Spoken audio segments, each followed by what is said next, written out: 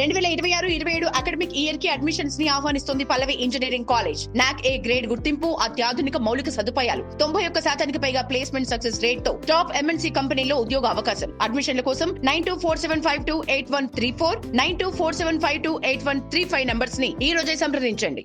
Google pixel ఫోన్ల కోసం ఎదురు చూస్తున్నారా?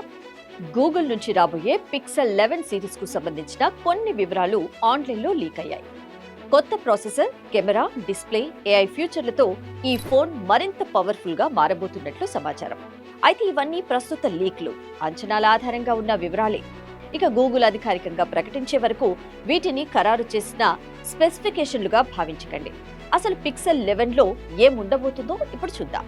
ముందుగా పర్ఫార్మెన్స్ విషయానికి వస్తే, లీకుల ప్రకారం పిక్సెల్ 11 సిరీస్ లో గూగుల్ తన కొత్త టెన్సార్ G6 చిప్ సెట్ ను తీసుకురానున్నట్లు తెలుస్తోంది.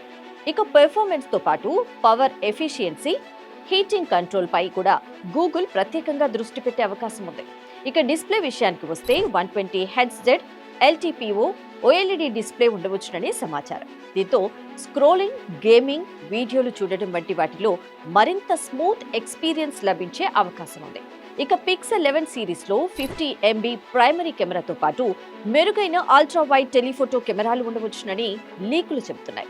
ఇక నైట్ ఫోటోగ్రఫీ, లో లైట్ వీడియోలు, జూమ్ ఫోటోగ్రఫీలో మరింత మెరుగైన ఫలితాలు అందించేలా కెమెరా సిస్టమ్ ను అప్గ్రేడ్ చేసే అవకాశం ఉంది. ఇక గూగుల్ ఫోన్లలో మరో ప్రత్యేకమైన జెమినీ AI ఫోటోలతో అవాంఛిత వస్తువులను తొలగించడం, వాయిస్ కమాండ్స్, అనువాదం వంటి AI ఆధారిత పనులను మరింత సులభం చేయడానికి కొత్త ఫ్యూచర్లు వచ్చే అవకాశం ఉంది. ఇక బ్యాటరీ విషయానికి వస్తే, లీకుల ప్రకారం సుమారు 5000 మెగా బ్యాటరీ ఉండవచ్చునని తెలుస్తుంది. అలాగే fast charging, wireless charging support కూడా ఉండే అవకాశం ఉంది.